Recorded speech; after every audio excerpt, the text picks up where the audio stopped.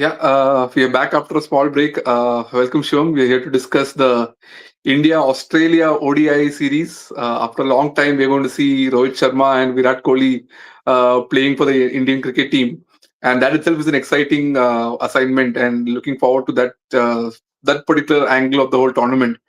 And definitely, I mean, India has not been challenged so far for a long time, at least in the white ball format, the shorter format of the game. And I think this is a tournament where there'll be a good contest between both the sides. And after a long time, we're going to see India playing in Australia as well. So looking forward to that series and a lot of different angles to the whole equation, right? I mean, the fact that Virat Kohli tweeted today that the only chance you can fail is if you give up. Otherwise, so that clearly is an indication that the man is not giving up. He's nowhere close to giving up, and probably we'll see them continue till the World Cup. Hopefully, that's a good news, right? And the only way Gambhir can make them out, remove them is if they fail. And I don't think that's going to happen. So, looking forward to an exciting series. What are your first thoughts, Shom?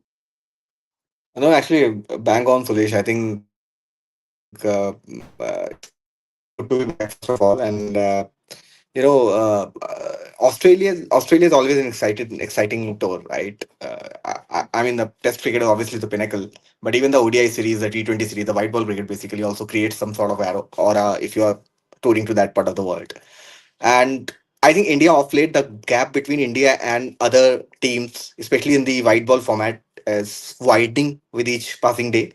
And I think how often would you say that an Indian side is traveling to Australia, and you say that India is the favorites to, Yeah. uh, sort of win the series. But I think, as you mentioned, I think this is like a starting point for the preparation for the 2027 World Cup. Obviously, it's still a couple of years ago. We're gonna have the World Cup in October, November in 2027, if I'm not mistaken, right? So, and the biggies are back. The daddies are back, and I'm particularly excited about seeing. Really want to see how Rohit and Kohli go about the business, because if they have to sort of prove a point for the next couple of years, with this kind of management in place, यहाँ perform करना पड़ेगा. I think there is no if and but, because they are not playing any other format, and there have been a lot of negativity around those two guys. With Kohli moving to England, Rohit also sort of moving away from the captaincy and everything. So I think I think, like I was mentioning, it's a shame that in this format that these guys have to sort of go and prove themselves again. But I think such is the nature of the cricket, which is the talent which India is getting these days, right? The competition is so hard that nothing is guaranteed. किसी की जगह पक्की नहीं है. Barring Harshit Rana, I would say. So that's the way it is for them, and I'm really excited to see how Rohit and Kohli goes, especially Kohli, because I still feel that in today's in ODI format, you still don't have any better batter than Kohli in the world cricket. I'm not talking about India, and beat any country. You don't have a better chaser. You don't have a better number three batter going around. So I'm really excited to see that. Yeah, you're absolutely right. I mean, the world's best chaser for sure, and also probably the world's best opener. I mean, at least the way he approaches the batting, the aggressive nature Rohit Sharma brings in, that's been a complete change for the Indian white ball cricket, right? And we want to continue seeing him in that form. I think before we start the Indian team analysis, I think we'll quickly round up the Australia team analysis. I Yeah. was reading up a bit because I was not sure about this team and a lot of new faces, so I thought I'll do a bit of reading. And when I was reading, I was surprised to know that Australia have lost their last three series in one day cricket. They Yeah. have lost to South Yes. Africa, they lost to Pakistan, and they lost to Sri Lanka. So they are going through a transition phase, you can say. I mean, right now, obviously there's no Steve Smith. Cummins is not there. I think he's injured. So it's very, very new Australian lineup which India is going to face. We have not seen this Australian lineup of play against India, and but you have the familiar faces of Travis Head and Mitchell Marsh who have played against India a lot and scored well. And Mitchell Marsh is captaining them, and he's in really good form. And obviously Travis Head. And I think the last time they played a match against South Africa, they had some 250 plus run win victory. And I think Travis Head scored a century, Mitchell Yeah. Marsh scored a century, and Cameron Green scored a 47 ball 100. So Yeah. Australia is clearly there to prove a point, but a lot of new faces. I mean, a lot of new faces in the bowling lineup, a couple of new all rounders. I think they're getting Josh Philippe as the keeper. I mean, he's not played for a long time. I Yeah. think English and Carey are also injured. A very, very new Australian Yes. lineup is what I'm seeing, and exciting to see that team transition and see how they're going to build their squad for the 2027 World Cup. No, I think I was surprised to see two names in there, Matt Ranshaw and Konneman, who is a left-arm spinner who toured India a couple of years ago and did all sort of the damage here. The thing, see, Yeah. Suresh, thing with Australia is that you can see them struggling probably in these kind of tournaments, the bilateral series, and you know that when the moment comes, these guys will sort of come really hard. We saw that in 2023 World Cup, wherein I think they were not even the top three favorites going around in that particular tournament. They lost their first three games, and man, we all know how it finished for them. So Australia has always been a different beast. I know the biggies are not here. Smith has retired. There's no, Cummins. Maxwell is there or not? I don't think Maxwell is there. No, he's also not there. Yeah. So Cameron Green, I think, will be there. Marsh and Head might open, and then you might have someone like a Green coming at number three. So I Yeah. think the talent is always there. On paper, at least you can see that most of these guys they don't have too much of experience. Especially against this Indian quality Indian attack. Uh, but I think you never underestimate the Aussies. They will find a way to sort of counter punch, and even if they lose in this tournament, I think they'll have some learnings. There are only three teams in the world who have a vision at this point of time. Obviously, one is India, and then England and Australia probably are the other two sides who sort of have a vision. They have a plan, they have a strategy in place. So I'm sure that these guys, the likes of Kahneman, Josh Philippe, as you mentioned, these guys will come hard. Bowling department is looking solid, by the way. They've got Stark, Hazelwood is there. I don't see a problem over there. Batting might be a little untested, especially against the quality Indian attack. But we'll have to wait and watch, on how they go. I think this is more like an experiment series because again, Yeah. you got all the teams have got very limited ODIs before that 2027 World Cup, like 10 or 15. That would be the number for most of the teams. So they are trying to get the combination right, especially if the big player, the major main players are not available at this point of time. Yeah, yeah, right. I mean, the whichever articles I've read, they're clearly saying that India is the favorites, and which is very surprising for an Indian team traveling to Australia. But yeah, a lot of new faces, like you mentioned, right? I think there's an all-rounder called Mitch Owen, who I think they rate Yeah. very highly, and I think he's going to come and play. And like you said, Renshaw's back. I'm probably the maybe number now one down or two down is where he'll be playing. And also the fact that I mean, like, see, people like Travis Head, Mitchell Marsh, Cam Green, they've played the IPL so many years. They know the Indian bowling attack. They know these players. So I'm pretty sure that the top will give a good start to them. Like you mentioned, the lower middle order is where it's looking iffy. But I think it's a good opportunity for all the new youngsters who are coming through, new all rounders who are coming through. Cooper Connelly, I heard he's also probably going to get a chance to play. So good sort of all rounders coming through, and I mean, nothing better. And again, you may have a mini auction sometime soon. So Yeah. good opportunity for these guys also to put up their hand and show, you know what, we are there. So I'm sure they'll all put up their best foot forward.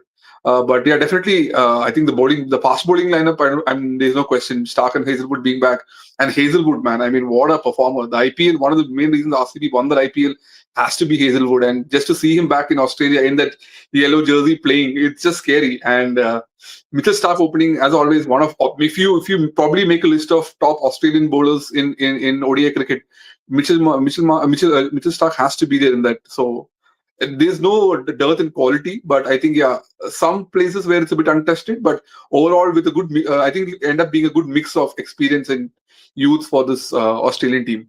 Yeah, coming to India, do you see any particular changes or any particular what do you call surprises in the Indian team? No, I think Indian team they are pretty much gonna stick at least with the batting. The top five I think are gonna be pretty much the same. Where we have Rohit and Gill opening, three Kohli obviously, four Iyer, five KL Rahul. I think these five would be sorted pretty much.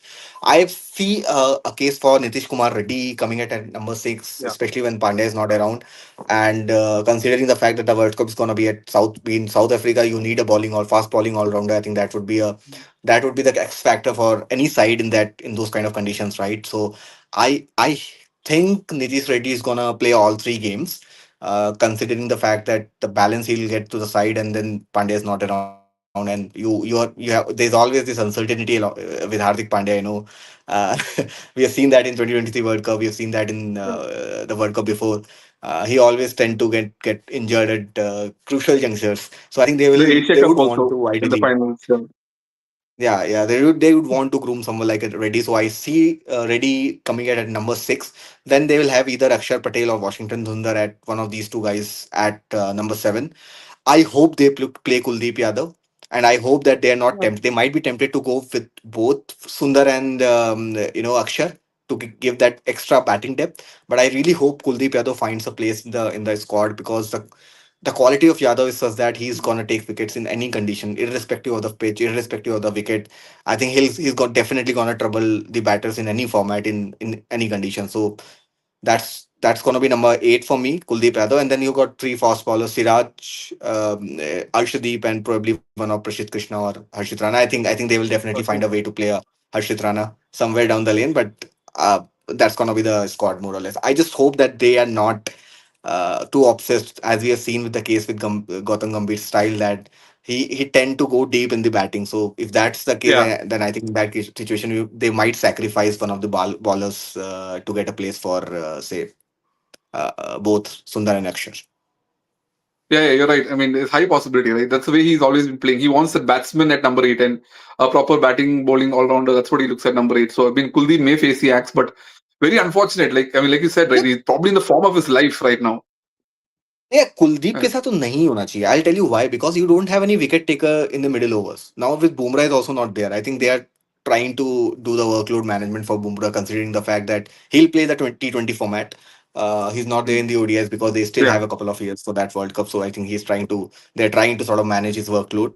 Uh, Kuldeep की तो जगह बनती ही है, and with Nitish Reddy in there, I think again they might be tempted to play both of these guys at the cost of one of the fast bowlers, but again that okay. won't be a great thing to do. I mean, that's my hypothesis, because Nitish Reddy is still in his learning phase. I won't bank Yeah, on Nitish Reddy to bowl his full quota of overs, or 7 8 overs.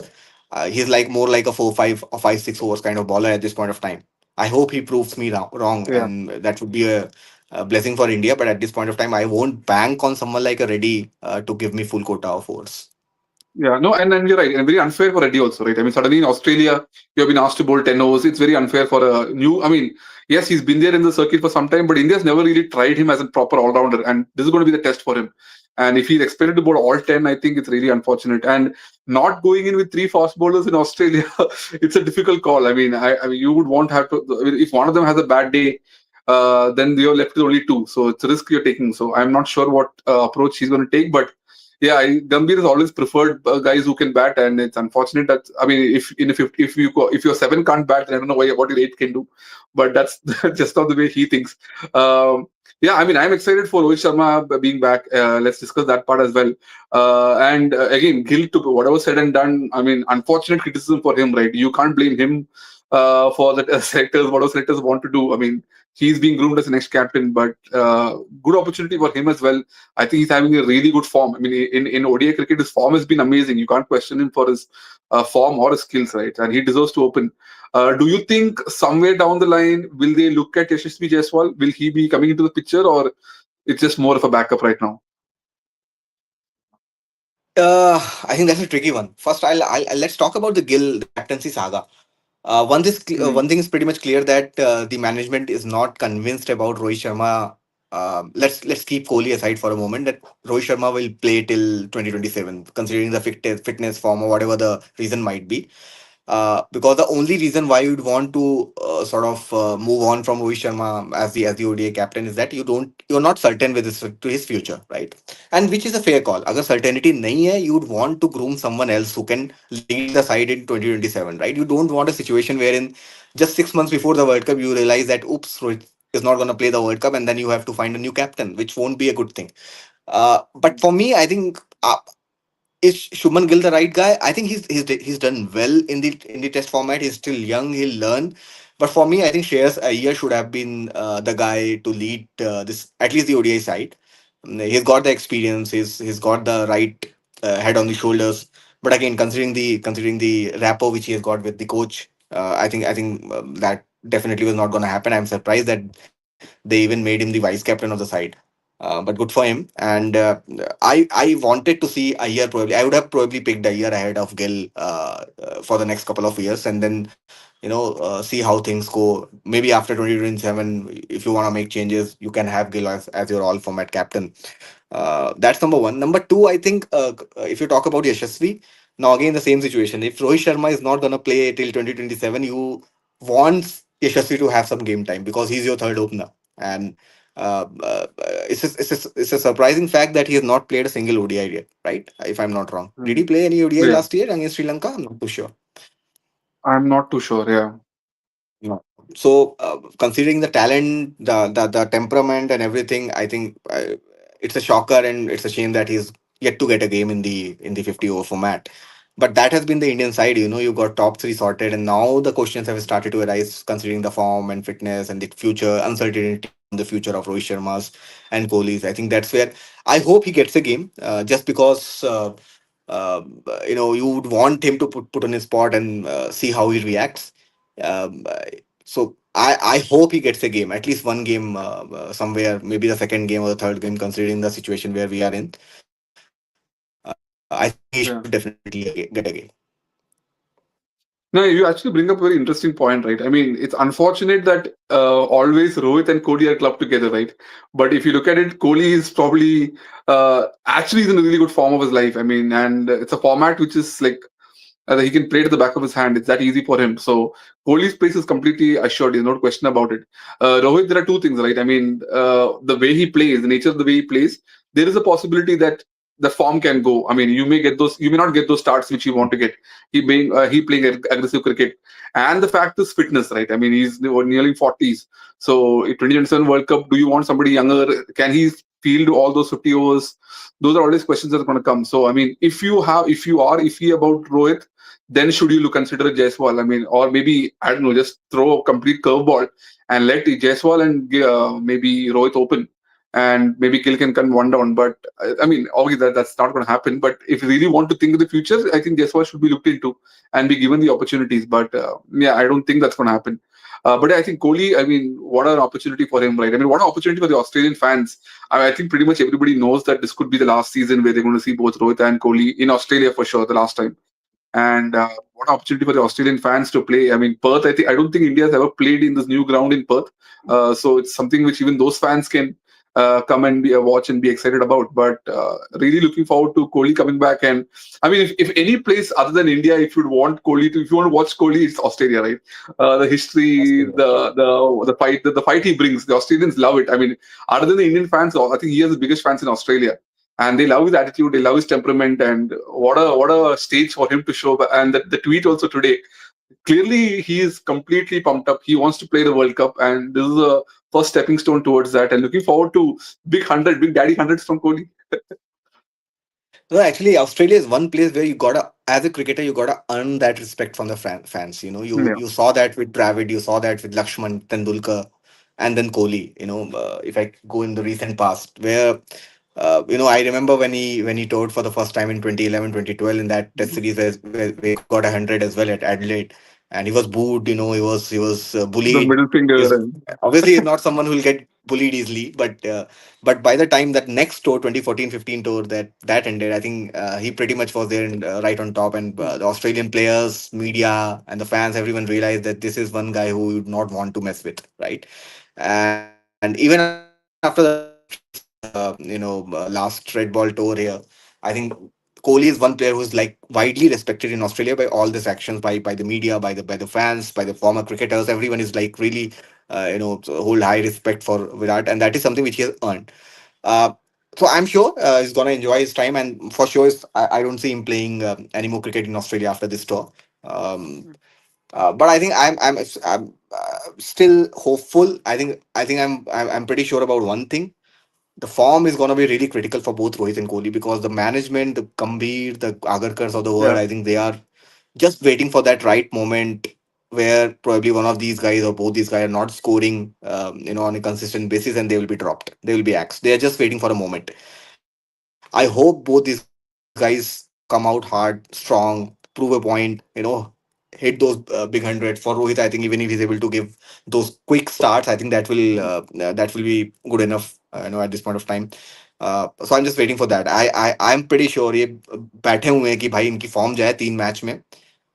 I think especially for Rohit, if he's not going to score in these 3 games, I think it's going to be really, really hard considering the fact that he's got a bunch of cricketers like Yashasvi, even Abhishek Sharma sitting in the dugout and waiting for the right opportunity.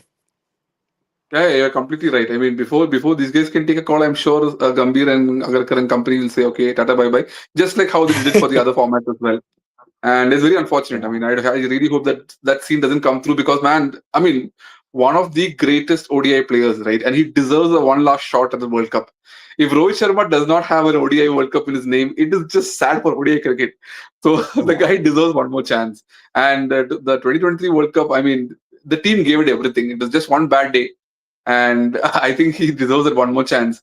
But yeah, overall, I think the Indian batting lineup is comparatively looking fine. I'm not. I think KL Rahul will mostly be keeping. I don't think Jurel will get a chance Yeah. because KL is the front line. I'm just worried about a Yeah. bit about Yeah. the fast bowling. I mean, no Bumrah, and Siraj is back after some time, and you also have I think Prasidh Krishna I think and Harshit. I would Yeah, want to talk about a couple of more guys, who are not in the squad and who have been like consistently in the squad Indian setup, ODI setup for the last 10-15 years. One is Ravindra Jadeja and the other one is yeah, Mohammad Shami. correct. Uh, Jadeja, I think I understand the context here because you got someone like an Akshar Patel. Ashwin is Uh, there. Yeah, uh, they might want to sort of move away from Jadeja. I'm still not sure because Jadeja in the last few years has been a different beast with the bat. His fitness and fielding is never a problem. His bowling is, I think, is pretty much at par with what Akshar has to offer. So I am still not really convinced that they have like moved on from Jadeja completely, or but that is also like that. This is more like 50-50 call, slightly biased towards Akshar because of the age factor, and probably if you're looking at future. But I think with fitness, I think there is no question mark. But the other person and the more important one, I would say, is Mohammad Shami. Where did he go wrong, man? I mean, he was your top performer in the 50 over World Cup. He was your top performer in the Champions Trophy. He did not have a great IPL. He did not have a great domestic circuit, domestic season with SMAT and everything. But again, man, when it matters the most, I think he's someone who always delivers. yeah. No, you're right. We've had this problem, right, where players are not really. We don't really know about the injury situation of these players, right? Suddenly, they are dropped because of injury, and a lot of players, like Hardik Pandya, for example, right? What really happens to him?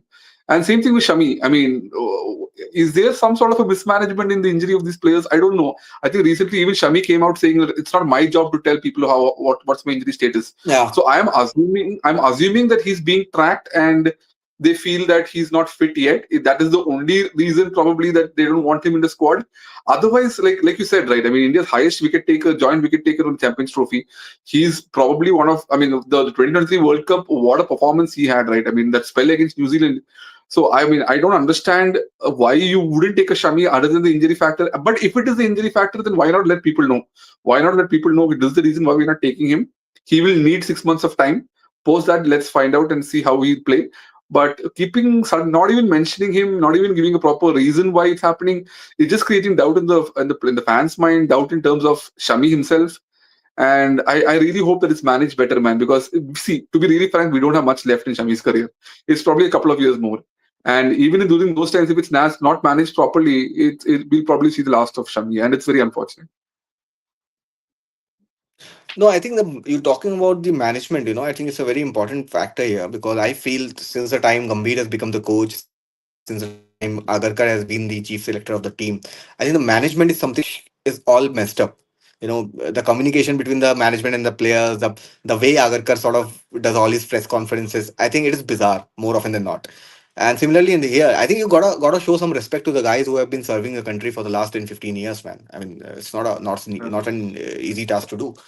And Shami is a match winner. He's a proven match winner. And like you mentioned, if there is an injury concern, if there is a fitness thing, I mean, this is just not done, man. I mean, this does not reflect well on the entire management, wherein the player is coming tweeting about the fact that he's. I mean, we have seen this in Pakistan and Bangladesh probably, but not in India. Barring that Chapel Ganguly saga aside, I think the management has been the X factor for the Indian board, right? They have managed the relationship, they have managed the controversies pretty well. And in the somehow in the last 1 year, since the time 1.5 years rather, since the time Gambhir has taken over, I think this management is all over the place. The sense of arrogance. I know you gotta keep the accountability part as well, but again, you gotta do it in a certain manner, especially if you're dealing with the legends of the game.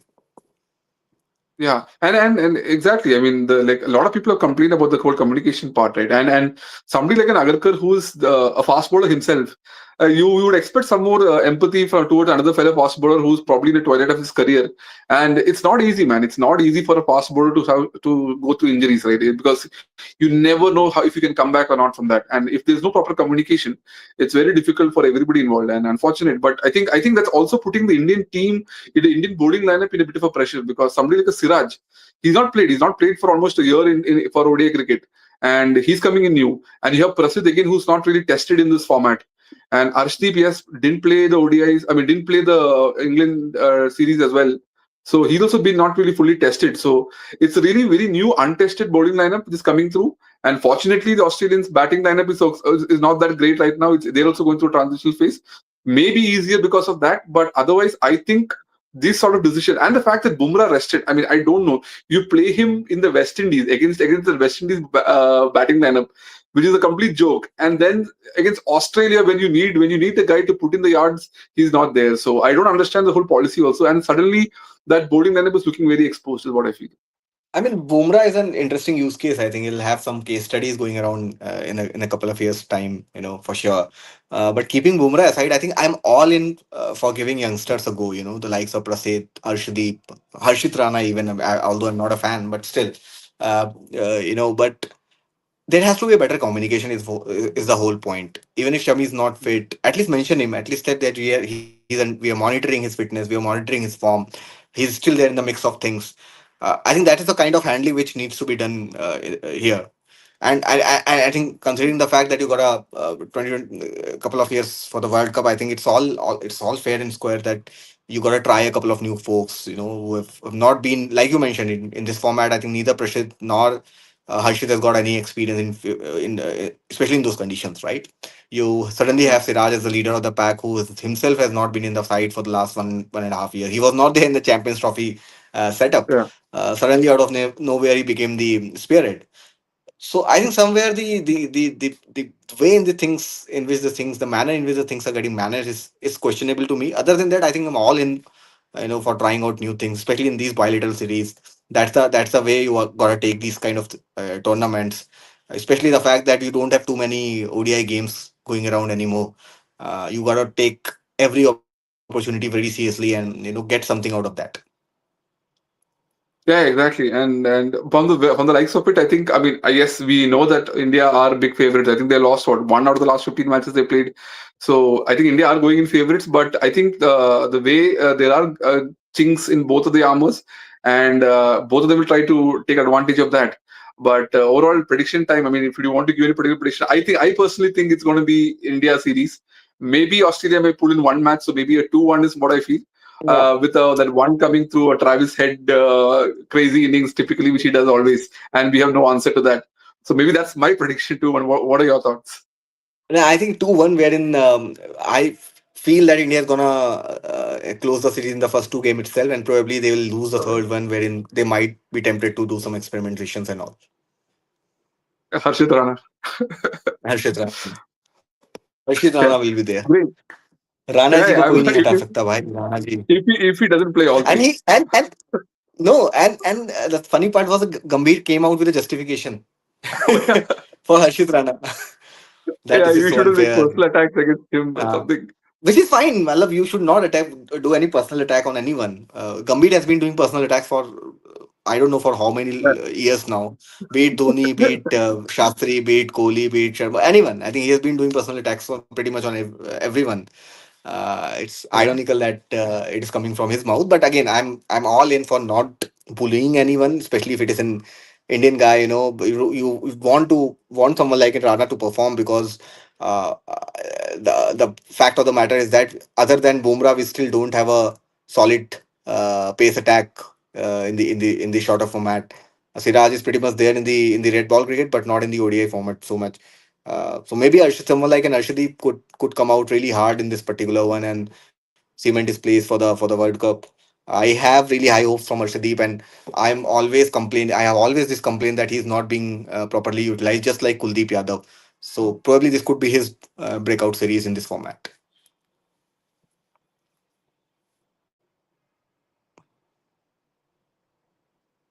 Cool. I think we lost Sorry, Sulesh. there was some, Sulesh, are you yeah, there? some Yeah, net. yeah, Yeah. Now, I'm saying you mentioned Gambhir coming and justifying, I mean, coming and saying that you shouldn't blame Harshit Rana, but he has never come out and said why he has selected Harshit Rana in the first place. that that he never gives justification for.